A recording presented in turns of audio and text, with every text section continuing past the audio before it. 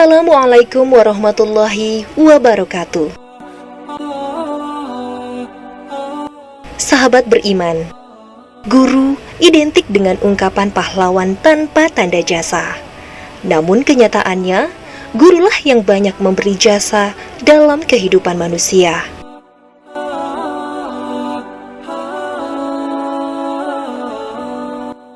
Karena jasa guru, banyak manusia menjadi orang yang mulia dan terhormat. Itulah kenapa Islam menempatkan guru dalam posisi yang sangat mulia.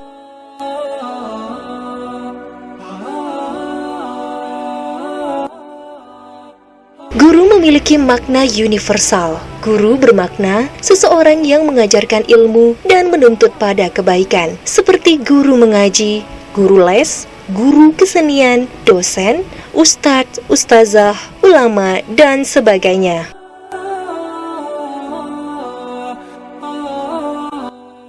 Mengapa guru diposisikan sebagai profesi yang begitu mulia? Karena guru adalah seseorang yang dikaruniai ilmu oleh Allah Subhanahu wa Ta'ala, dan dengan ilmunya itu, dia menjadi perantara manusia yang lain untuk mendapatkan, memperoleh, serta menuju kebaikan, baik di dunia maupun di akhirat.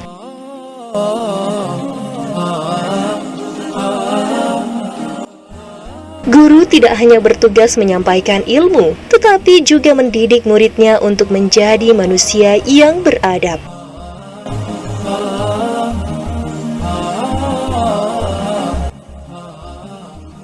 Seperti sebuah hadis yang menyebutkan, sesungguhnya Allah, para malaikat dan semua makhluk yang ada di langit dan bumi, sampai semut yang ada di liangnya, dan juga ikan besar, semuanya bersalawat kepada muallim, orang yang berilmu dan mengajarkannya, yang mengajarkan kebaikan pada manusia. Hadis riwayat Tirmizi.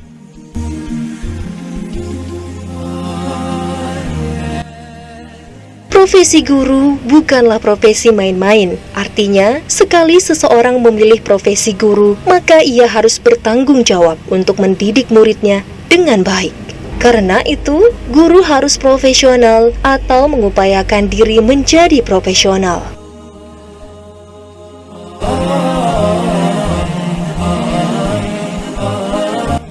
Profesionalisme seorang guru telah diatur dalam Undang-Undang Nomor 14 Tahun 2005 tentang guru dan dosen. Pasal 1 ayat 1 menyatakan, guru adalah pendidik profesional dengan tugas ulama mendidik, mengajar, membimbing, mengarahkan, melatih, menilai, dan mengevaluasi peserta didik pada pendidikan anak usia dini, jalur pendidikan formal, pendidikan dasar, dan pendidikan menengah. Dengan demikian, untuk menjadi seorang guru tidaklah mudah. Perlu keahlian, jiwa, keilmuan, ketelatenan, dan yang pasti kualifikasi pendidikan profesi yang sesuai.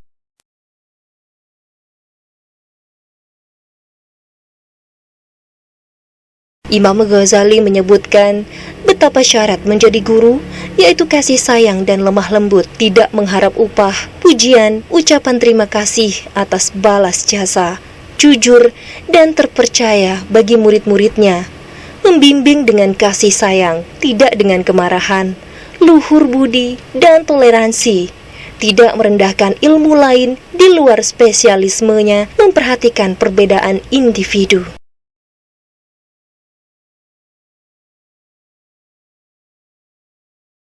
Islam menempatkan guru pada posisi yang mulia. Karena posisi yang berbeda, Islam juga menyuruh umatnya untuk menuntut ilmu sejak dalam buayan sampai pada liang lahat. Sehingga logikanya, jika tidak ada peran guru, harus kemana umat Islam menuntut ilmu?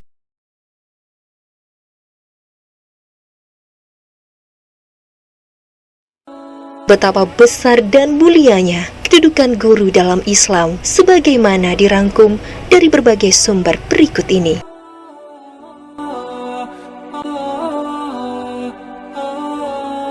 Yang pertama, mendapatkan derajat yang tinggi. Sebagaimana dalam firman Allah Subhanahu wa Ta'ala, Wahai orang-orang yang beriman, apabila dikatakan kepada kalian, luaskanlah tempat duduk di dalam majelis-majelis, maka luaskanlah untuk orang lain, maka Allah Subhanahu wa Ta'ala akan meluaskan untuk kalian. Dan apabila dikatakan, berdirilah kalian, maka berdirilah. Allah mengangkat derajat orang-orang yang beriman dan orang-orang yang berilmu beberapa derajat. Allah mengetahui atas apa yang kalian kerjakan. Quran Surat Al-Mujadilah ayat 11. Yang kedua, memiliki ilmu yang bermanfaat. Seorang guru akan senantiasa memiliki ilmu yang bermanfaat yang akan disebarluaskan kepada umat, sehingga bukan gelar ahli yang mereka utamakan, namun lebih kepada dampak sosial, bagaimana ilmu yang diajarkan akan dapat mengubah pola dan perilaku umat menuju jalan kebaikan.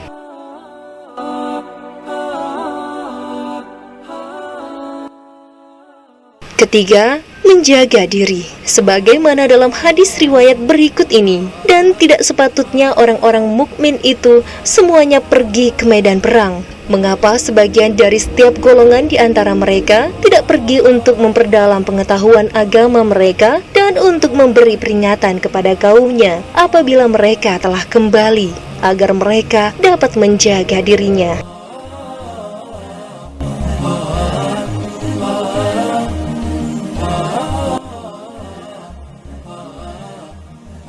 Yang keempat, memperoleh kebaikan yang melimpah.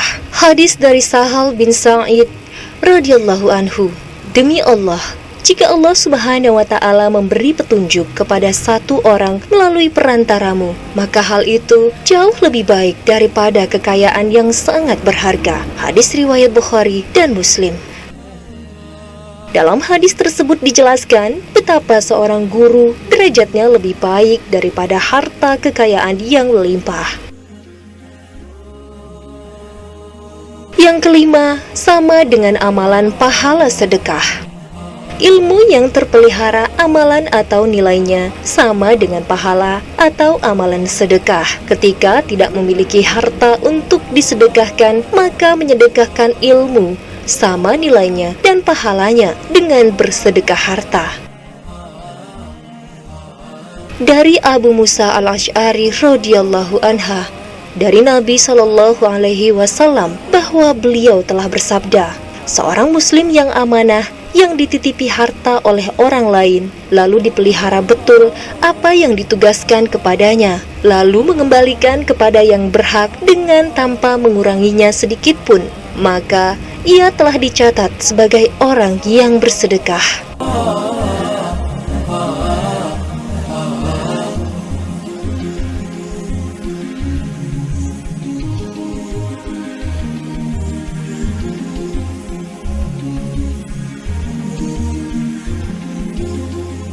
Terkait adanya perihal tersebut, segenap para guru yang dipimpin secara langsung oleh Kepala Sekolah SMP Negeri 7 Tanjung Pandan, Kabupaten Belitung, senantiasa setiap hari Rabu, tepatnya di Musholah Al-Anwar, yang merupakan sebuah musholah milik SMP Negeri 7 Tanjung Pandan, Belitung, senantiasa rutinitas menggelar acara kegiatan keagamaan yang bermanfaat untuk memperdalam pengetahuan para guru pengajar maupun siswa dan siswi, upaya peningkatan keimanan dan ketakwaan, serta menyalurkan bakat dan minat siswa, serta melengkapi upaya pembinaan manusia seutuhnya, yang mana sebagian disebutkan dalam Al-Quran tentang anjuran kepada kita agar menyeru kepada yang ma'ruf.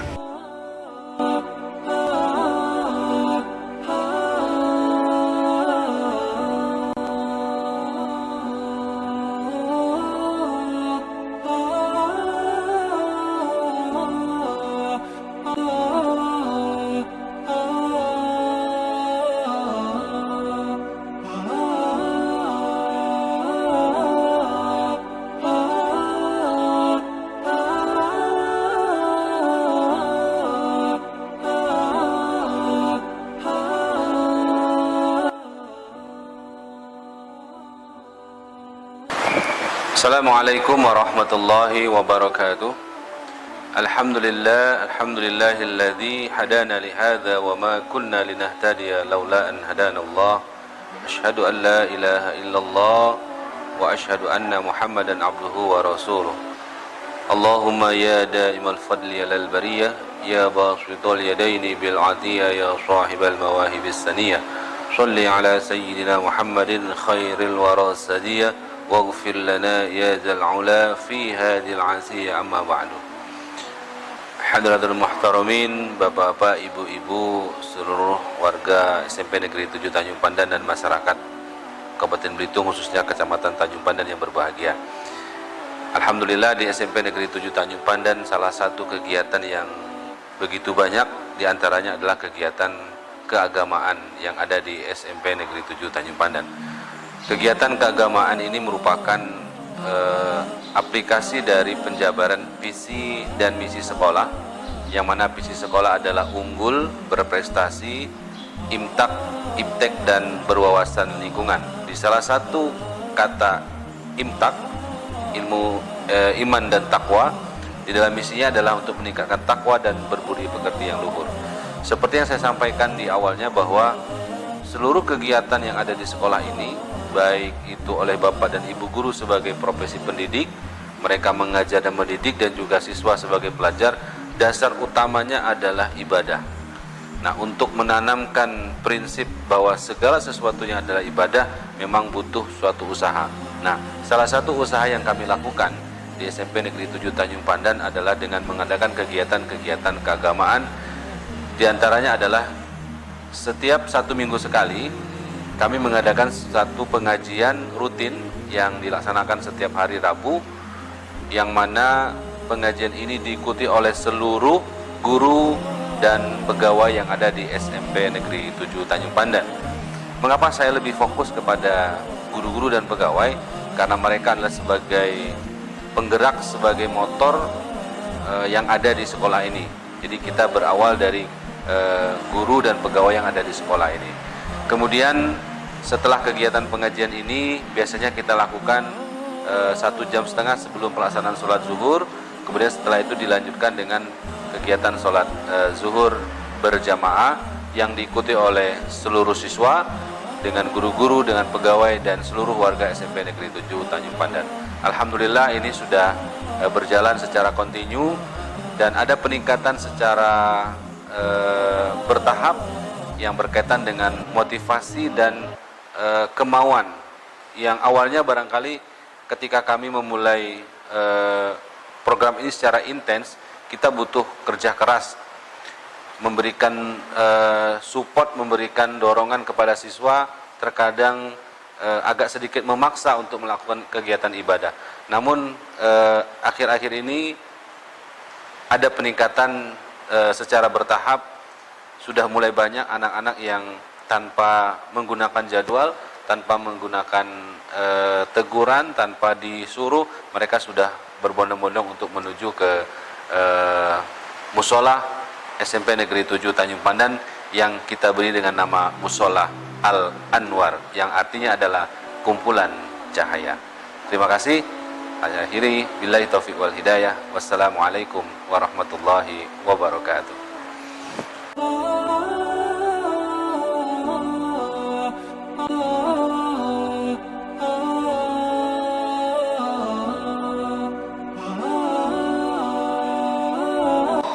Huruf kho, ya. Huruf kho-nya harus diperjelas seperti ada dahak yang mau keluar gitu. Kho, ya. Kho. Jadi wa ya. Wa akhrajatil ardu athqalaha wa satu. Terus yauma idzin tuhaddisu risu akhbaraha dua. Terus yang terakhir, kho yang terakhir, faman itu ain. Tadi ainnya belum kelihatan Putri ya. Faman ya'mal mithqala dzarratin khairan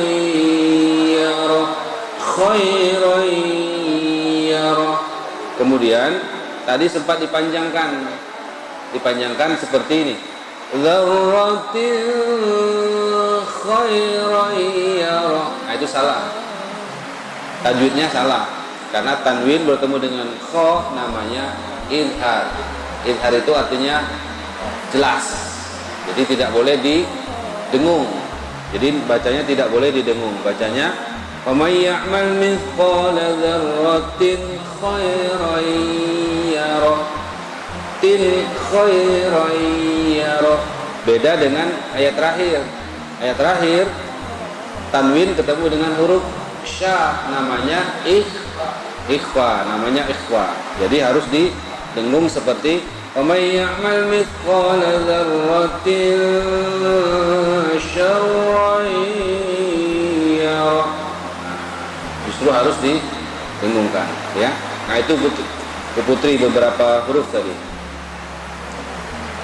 Dirutinkan saja selama 1 minggu, jadi minggu depan sudah bisa, minimal minggu depan sudah bisa setoran bacaan.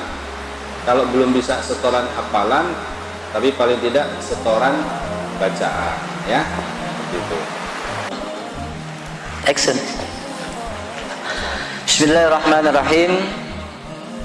Assalamualaikum warahmatullahi wabarakatuh.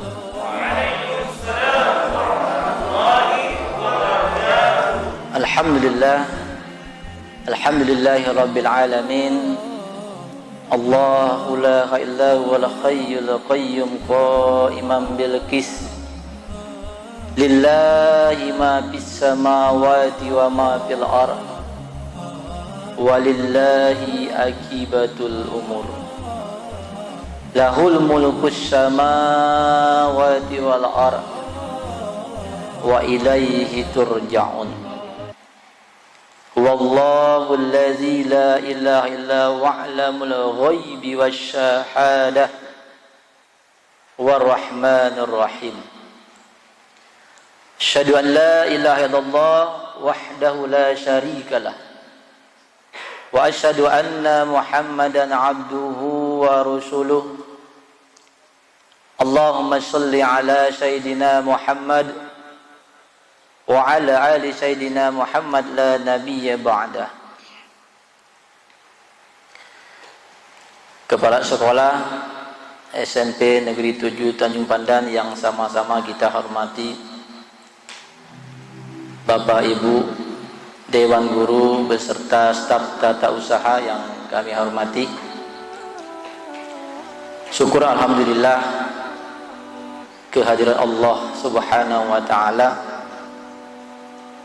yang begitu memberikan karunia, nikmat dan anugerahnya tiada henti, tiada putus. Walaupun begitu banyak maksiat, kezoliman, keingkaran, kelalaian yang kita lakukan, tapi Allah tidak pernah menyetop, memberhentikan nikmatnya. Mudah-mudahan Allah Subhanahu wa taala menjadikan diri kita semua, keluarga kita di hadapan Allah menjadi hamba-hamba yang pandai bersyukur atas karunia dan nikmatnya. Shalawat serta salam yang juga selalu kita haturkan, kita sampaikan kepada kekasih, kepada pujaan Nabi kita, Nabi besar Muhammad sallallahu alaihi wasallam, yang tercurah terlimpahkan kepada seluruh keluarga beliau, para sahabat-sahabat, para pengikut, serta seluruh umatnya hingga akhir zaman. Bapak Ibu, saudaraku yang dirahmati Allah Subhanahu wa taala, dengan selalu kita memohon izin kepada Allah, mudah-mudahan dalam majlis ataupun pengajian kali ini Allah tetap melimpahkan rahmat dan ridhonya, hidayah kepada kita semua, sehingga selalu mengalir keberkahan dan kebaikan kepada kita semua, sehingga nilai kebaikan yang kita lakukan di hadapan Allah semakin bertambah. Kalau minggu lalu atau pertemuan sebelumnya kita pernah berusaha membahas tentang masalah qada dan qadar ataupun takdirnya Allah Subhanahu wa taala, yang mungkin setiap hari bahkan setiap detik tak luput dari takdir yang Allah tetapkan dengan diri kita. Maka salah satu doa jangan lupa yang selalu kita panjatkan kepada Allah, yaitu ya Allah berikan kemudahan, keringanan, keikhlasan untuk bisa menerima takdir ketetapan yang Allah berikan kepada kita semua. Pada kesempatan kali ini kita akan membahas salah satu ibadah maghdhah yang besar, yaitu yang mungkin yang telah kita lakukan tentang masalah sholat. Kenapa mungkin Allah memberikan izin kita membahas tentang sholat? Karena sholat ibadah penting, kunci dari seluruh ibadah. Bahkan sholat ini menjadi penentu kalau di akhirat, menjadi pertanyaan pertama kali, penanda kesuksesan kita kelak sholat. Bahkan di dunia kita sekarang, sholat itu menjadi barometer terhadap kehidupan kita pribadi, terhadap kehidupan keluarga, terhadap perjalanan kehidupan kita, baik berjalan lancar ataupun tidak. Itu semua sumbernya dari sholat. Rezeki kita yang seret tidak lancar, atau jodoh mungkin belum sampai, atau mungkin ada keinginan, ada cita-cita, ada harapan, maka koreksi yang pertama yang harus kita lihat adalah dari sholat. Bagaimana dengan sholat kita? Kenapa kata Allah, lillahi ma fis samawati wa ma fil ardh. Semua punyaku, bahasa Allah, yang ada di langit, semua yang ada di bumi, wa bainahuma, maupun di antara keduanya. Jadi kalau tidak ada izin Allah, maka tidak mungkin terjadi. Maka pertama yang harus kita dapat adalah ridhonya Allah Subhanahu wa taala dengan cara mentaati. Dan salah satu perintah yang terpenting adalah sholat. Banyak ibadah makhluk yang lain, puasa, termasuk zakat, haji, tapi Allah menurunkan perintah tersebut melewati malaikat Jibril, melalui perantara. Tapi ibadah sholat yang kita lakukan ini ibadah istimewa, khusus. Saking khususnya, Allah sendiri yang memperjalankan hambanya untuk bertemu langsung dengan Allah Subhanahu wa ta'ala. Dan kita tahu tiada nikmat yang tertinggi dan indah, nikmat yang paling mulia, yang paling agung, bahkan jadi nikmat tertinggi di surga, bukan dengan jejeran bidadari yang cantik jelita, bidadara yang ganteng, yang handsome, yang sempurna, kenikmatan makanan mungkin yang begitu lezat, minumannya yang begitu nikmat, gedung-gedung, bukan. Ternyata ada nikmat yang tertinggi di surga, yaitu para penduduk surga yang bisa langsung menatap wajah Allah. Dan ini sudah dilakukan oleh baginda Rasulullah sallallahu alaihi wasallam. Di dunia sama, Allah berikan juga percikan, ada kenikmatan yang tertinggi, ada kebahagiaan yang tidak terukur. Bukan materi harta yang banyak, bukan jabatan yang tinggi, bukan popularitas yang hebat, tidak. Seberapa banyak yang kita kumpulkan, seberapa banyak yang kita miliki, yakin sampai kapanpun dijamin tidak akan pernah menemukan ketenangan, kebahagiaan yang sebenarnya. Ada satu, kata Allah, kebahagiaan yang tertinggi dan tidak pakai modal banyak, Hanya modal satu, keinginan kesungguhan kita. Apa itu? Kalau di surga kita bisa menatap wajah Allah, nikmat yang tertinggi. Di dunia kita bisa merasakan kehadiran Allah. Dan itu akan dapat mudah kita dapatkan dengan cara kita lewat dari sholat. Kalau Rasulullah SAW mi'rajnya ketemu langsung dengan Allah dengan menerima sholat ini, maka mi'raj kita sebagai umatnya baginda Rasulullah SAW itu dari sholat. Dan sholat ini nanti akan bertingkat-tingkat, keyakinan, kenyamanan, kebahagiaan, kebutuhan kita terhadap sholat yang kita jalankan. Bapak Ibu saudaraku yang dirahmati Allah Subhanahu wa Ta'ala, mungkin dalam waktu yang singkat ini, mungkin kita tidak secara khusus, kita secara umum saja ada hal-hal yang mungkin yang penting kita bisa menjadikan motivasi. Karena salah satu amal ibadah kenapa kita lemah, kenapa kita beribadah kurang semangat, karena salah satunya kita tidak tahu fadilah. Apa itu fadilah?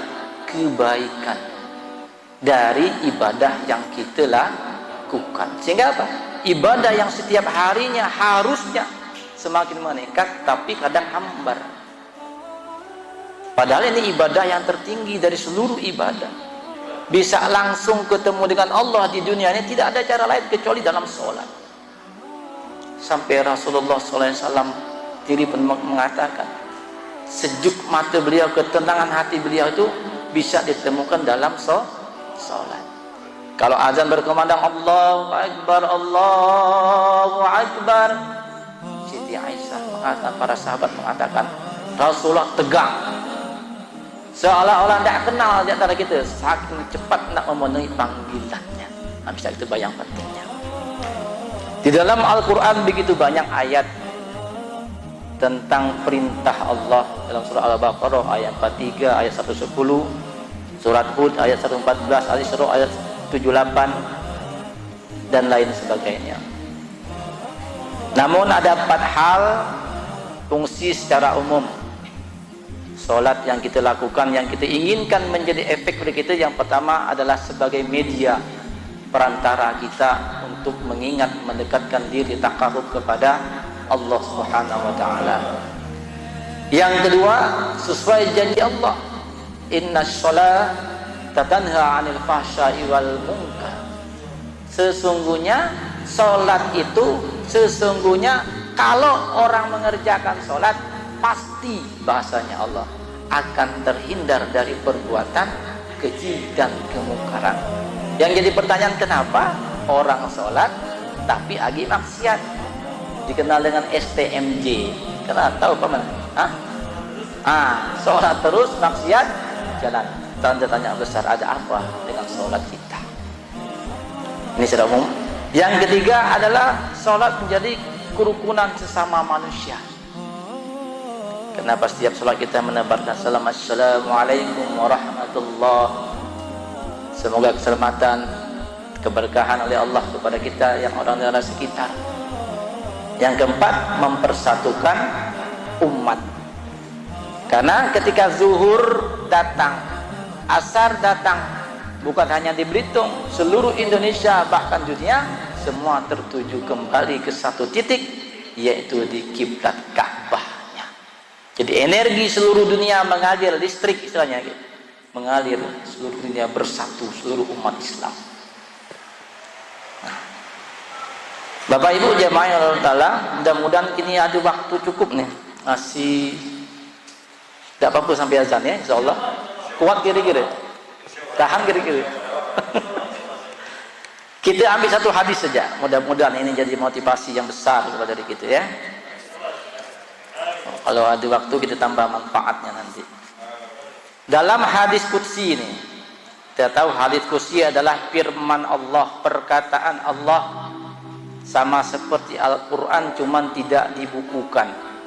Nah, ini ada baginda Rasulullah SAW, barang siapa yang menyepelekan barang siapa yang mengabaikan dari sholat, maka Allah akan menurunkan siksa.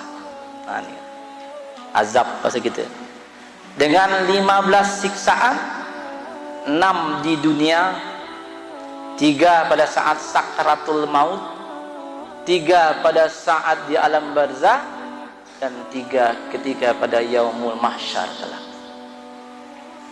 Nah, yang 6 pertama ini. Apa 6 yang pertama? Kata Rasulullah sallallahu alaihi wasallam, Allah akan menghilangkan keberkahan umurnya. Berkah itu apa berkah? Tahu pengertian berkah? Allah hilangkan, Allah tarik keberkahan umur kita. Keberkahan itu adalah kebaikan yang terus menerus, kebaikan yang banyak. Umur yang Allah berikan, Allah jadikan hendaknya akan menghasilkan kebaikan yang banyak di hadapan Allah. Tapi kalau orang berani mengabaikan dan meninggalkan sholat, Allah tarik. Yang ada apa? Kebalikan, kemaksiatan yang mungkin senang, yang cenderung kita lakukan. Ketaatan kepada Allah berat. Maka pekerjaan lelaki itu bukan angkat berat beban 1 ton, bukan. Bagi laki-laki, pekerjaan yang paling terberat melangkahkan kaki ke masjid, walaupun jaraknya hanya 5 meter dari masjid. Tak jauh, tapi berat, sangat berat. Karena apa? Salah satu keberkahan ditarik oleh Allah. Tidak ada istilah hati kita terbersit, ada rasa kerinduan, walaupun ruh kita ini berasal dari Allah Subhanahu wa ta'ala. Ini yang pertama. Yang kedua, tanda kesolehan di wajah, di kening kita ini juga dihapus oleh Allah Subhanahu wa ta'ala. Ini siksa yang di dunia yang kedua bagi orang yang berani mengabaikan sholat. Sedangkan wajah ini di yaumul ma'asar kelak akan dilihat oleh baginda Rasulullah SAW. Ketika ditanya ummati, ummati di mana umatku? Bagaimana Rasul melihat? Dari cahaya yang dipancarkan oleh umatnya. Kata Rasulullah, ada mereka nanti yang cahayanya seperti matahari, terang. Dari kelihatan jarak jauh pun tak tahu. Dipanggil langsung datang. Ada yang mereka nanti wajahnya seperti bulan purnama, ada nanti wajahnya seperti bintang, dan adanya wajahnya gelap, tak bercahaya sedikit pun. Terus tidak di akhirat, di dunia pun lah Allah tarik, lah Allah hapus. Maka jangan harap Bapak Ibu, di dunia kita akan menemukan ketenangan, kebahagiaan yang sebenarnya. Yang ada kebahagiaan semu, ketenangan yang menipu, tak dapat yang sebenarnya. Kepercepat. Yang ketiga, ini lebih dahsyat pula yang ketiga di dunia. Orang yang berani mengabaikan, melalaikan perintah Allah, meremehkan perintah Allah, maka seluruh amal-amal kebaikan apapun yang kecil yang besar tidak akan dicatat. Masya Allah, sia-sia kita. Sedekah kita tiap bulan 2 miliar, mungkin hajinya tiap tahun, menolong orang, buat baik sebagainya, tapi kalau tak salat, tak bernilai di hadapan Allah. Padahal yang kita bawa ketika meninggal dunia apa? Kata Rasulullah, ada 3 yang mengikuti kita. Keluarga, keluarga si mayat yang meninggal, harta, yang ketiga amal. Tapi kata Rasulullah, yang 1 dan 2 ini, keluarga dan harta ini akan kembali. Tidak ada orang yang ikut. Ada yang masuk dalam kubur, ada tidak ada, tidak berani. Tapi yang akan mengikuti adalah amal. Lantas amal apa yang kita bawa? Kalau tak sholat, tak satu pun yang tertulis. Ini salah satu siksa, musibah besar. Bukan kita musibah kecil, ya musibah, tapi tidak terlalu besar. Hilang duit tidak berapa miliar, itu bukan musibah yang besar. Musibah yang terbesar, Allah tak catatkan amal kebaikan kita yang menjadi modal kelak untuk kita di akhirat kelak, untuk kita pergi meninggalkan dunia. Kita nak hanya ke Bandung, ke Jogja aja perlu persiapan, perlu bekal. Ini baru ke situ cuman berapa hari, ini selama-lamanya, forever, eternal. kekal abadinya, maka tiada bekal yang kita bawa kecuali amal kebaikan. Yang keempat, banyak nih Pak Badi mengenang cita. Yang keempat, doanya tidak akan diangkat. Nauzubillah. Kita berdoa gimana pun, mungkin nangis-nangis, minta ini, minta itu, ya Allah, tapi tidak pernah solat menghadap Allah. Setiap panggilan 5 kali kata Allah, aku panggil engkau lewat muazinku 5 kali, tapi tidak pernah kita hiraukan, kita keabaikan terus. Tiba-tiba kita butuh kepada Allah, ya Allah, tidak tahu diri benar. Pak Oman lewat Dami depan, Dami, dengar santai aja Dami, jalan Dami, mak kata Oman bergaya mak Dami ini. Tiap hari dipanggil. 1 bulan kemudian datang Dami uncuk-uncuk datang ke rumah Pak Oman. Pak Oman, tolong Pak Oman, aku ada masalah Pak Oman. Bagaimana tanggapan Pak Oman? Itu dari ukuran kecil dunia. Bagaimana dengan Allah? 5 kali. Bukan dengan kita rasa tak nyaman kan Allah kita panggil ketawa-ketawa, apalagi pas JJS di Tanjung Pendam misalnya hari Minggu, Mas. Ketika Allahu Akbar pagi kita ha. Nah, nih. Bagaimana doa kita akan diangkat oleh Allah. Doa itu harus menembus langit pertama, 2, 3, 4, 5, 6, 7 sampai ke arsy-Nya Allah, ke Sidratul Muntaha sana. Nah, menembus langit yang pertamanya tidak dapat, mental balik lagi. Yang kelima, semua makhluk dunia akan menyepelekan kita. Semua makhluk dunia, tak manusia, binatang, hewan juga ikut menyepelekan kita, karena kita menyepelekan panggilan Tuhan Allah, tidak kita hiraukan, maka makhluk yang lain. Oke, orang menghormati kita, orang menghargai kita, tapi bukan penghargaan yang tulus karena kebaikan kita, tapi karena jabatannya, tapi karena kekayaannya. Tapi lah hilang jabatannya, lah jadi miskin, tak orang pandang, binatang pun tak nak pandang. Nauzubillah min zalik. Jadi luar biasa nih, kalau 15 sampai kita baca semua nih. Mendak tergerak-gerak juga bahasanya Ustaz Adi Dayat, kan nunggu sebila kira-kira gitu nih. Yang keenam, siksaan dunia nih tidak akan mendapatkan bagian doanya orang-orang yang soleh, dan ini ditunggu oleh setiap mayit yang meninggal. Maka setiap Jumat selalu khotib berdoa, Allahumma kawin Islam minal muslimina wal muslimat wal mu'minina wal mu'minat al ahya, yang masih hidup, wal amwat, yang mati, ya arhamar rahimin, rahmati ya Allah. Tak dapat kita kebahagiaan kalau kita tak sholat. Nah, lanjut cepat-cepat pula lagi ada 13 menit lagi. Itu 6 di dunia. Ada berikutnya 3 siksaan sakratul maut, pada saat nanti kita ingin berhadap menjemput ketemu dengan Allah. Apa kata Rasulullah? Sakit yang pertama kali selama kita hidup dunia, tidak ada yang bisa mengalahkan sakit pedih dahsyatnya sakratul maut, dipisahkan antara ruh dan jasad kita. Ini sakit yang pertama. Kita pernah mendengar bagaimana derita Rasulullah ketika dicabut nyawanya. Wahai Jibril, apakah seperti ini sakitnya bagaimana umatku? Ya Allah, limpahkan seluruh sakit-sakit umatku kepada aku. Ya Allah, mereka tak akan sakit. Ngeri kasih sayangnya baginda Rasulullah sallallahu alaihi wasallam. Apa yang akan dihina? Yang pertama, mati dalam keadaan hina. Inna lillahi wa inna ilaihi raji'un.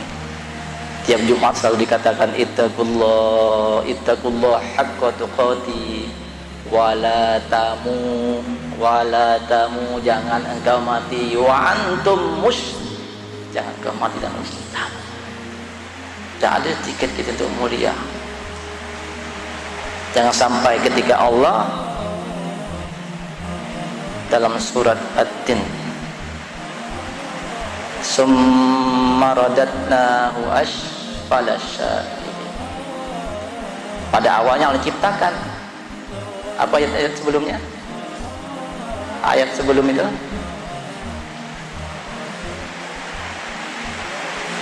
wa khalaqnal insana fi ahsani taqwim. Sungguh kami akan menciptakan manusia dalam bentuk sempurna yang baik, tapi akan Allah kembalikan, Allah turunkan dalam tempat yang sehina-hinanya. Apa mati dalam keadaan hina? Seluruh makhluk mengutuk. Ikan yang tak kenal, burung yang tak tahu, apa saja yang selain itu, ketika hamba Allah yang keluar ruh dari jasadnya yang baunya menyerebak, menyengat, hitam pekat, baru diangkat dari malaikat, nak nembus langit yang pertama, pintu yang pertama, ini ruh siapa? Kata malaikat, baunya luar biasa menyengat, busuknya hitam pelak. Lemparkan kepada Allah, lemparkan.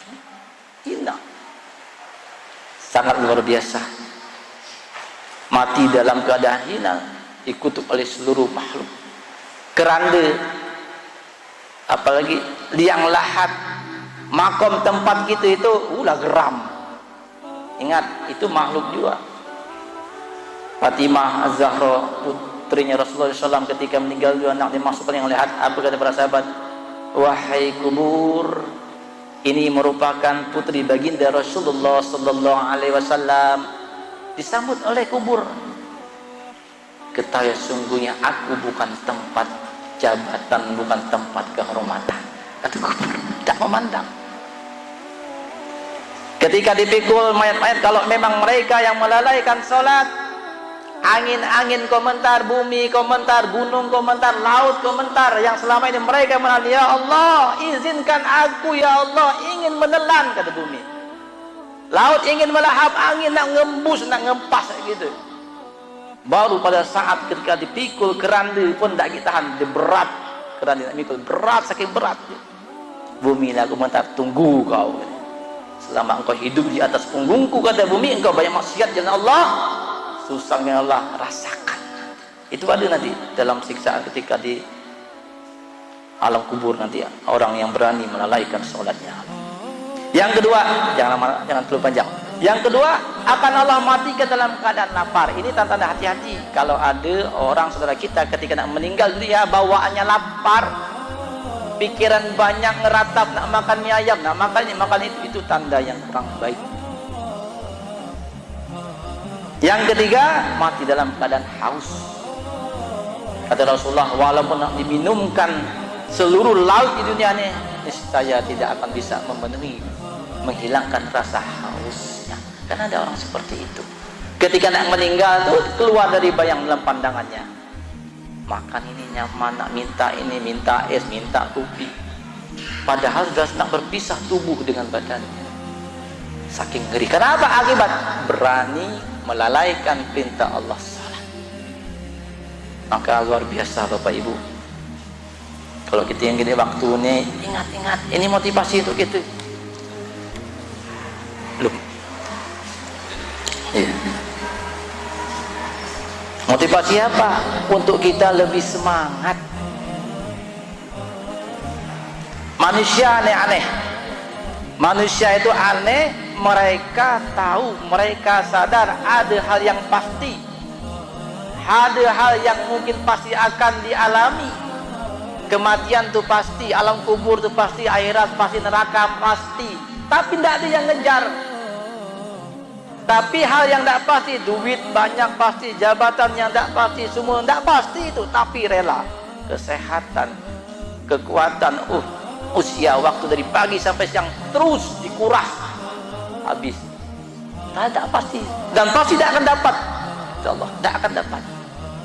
Tapi yang pasti mati ini pasti. Kita merasakan sakitnya sakaratul maut gimana, pasti. Kita akan ketemu dengan lubang 2 meter kali 80 cm, itu pasti. akan ketemu malaikat maut, akan ketemu dengan malaikat mungkar, pasti, tapi tidak ada. Terbukti dari mana? Kalau orang sadar mereka akan mengalami hal yang pasti, mati saja, pasti mereka akan mempersiapkan kematiannya. Pasti. Tapi yang terjadi apa? Lalai, terbuai.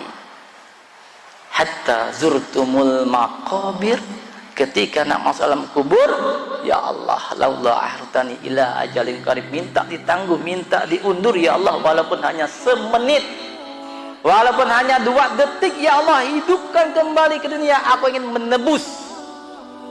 Tapi kita bermenit-menit, berdetik, berhari, bulan-bulan, apa yang kita lakukan? Maka yang kata Rasulullah, salah satu nikmat terbesar hidup ini, seluruh nikmat yang Allah berikan itu tidak akan sadar itu nikmat sampai nikmat itu diambil, termasuk nikmat sehat, nikmat umur, nikmat kita hidup nanti. Pasti, ini pasti, tapi tidak kita kejar, tidak kita usahakan, tidak kita bela mati-matian, dan akan kita pakai forever, selama-lamanya nanti sampai bertemu dengan Allah.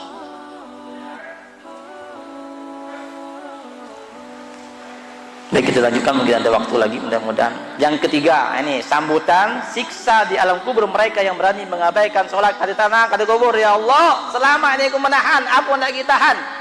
Seperti orang haus, orang lapar, kita beri makan tuh, apa yang terjadi? Lahap. Apa kata bumi? Tunggu kau.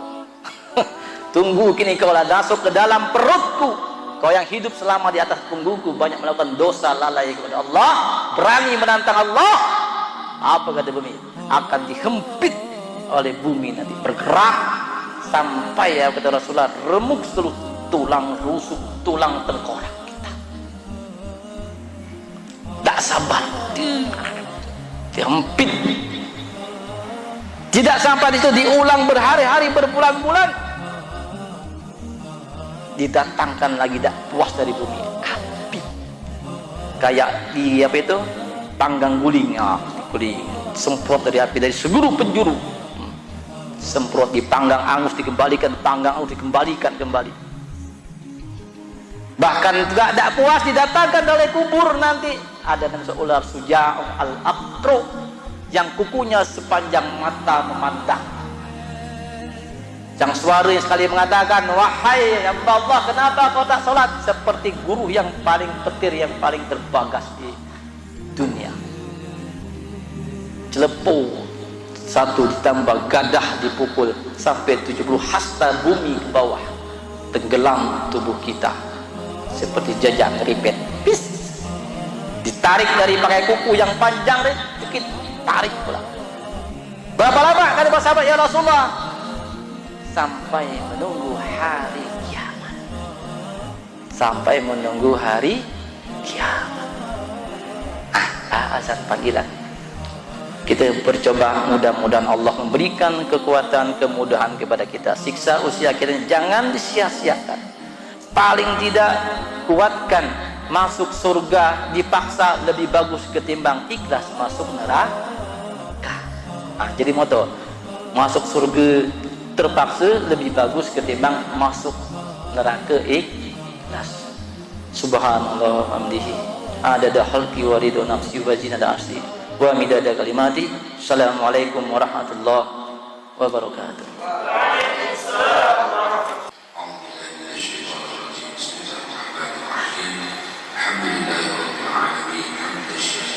Amin.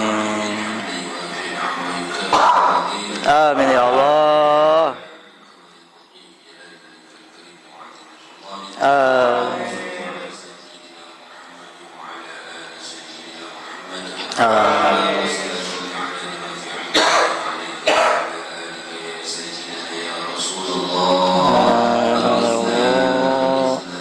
Amin ya Allah.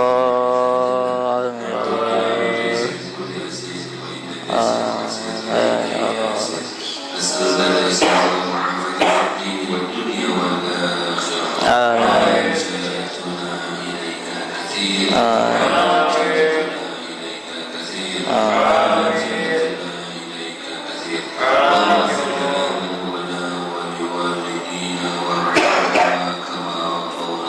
Amin ya Allah.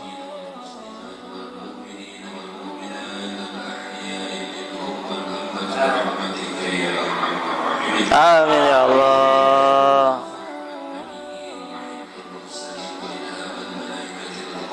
Amin amin ya Allah. Amin ya Allah. Amin.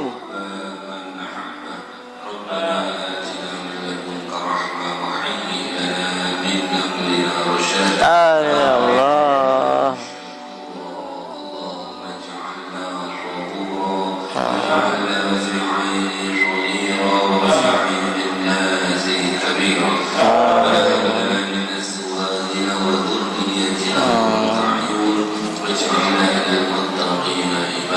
Amin.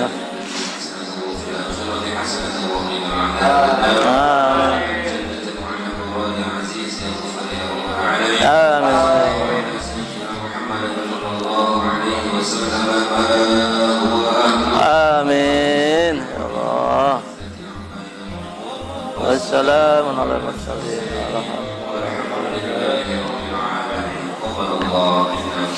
Minna wa minkum taqabbal ya karim.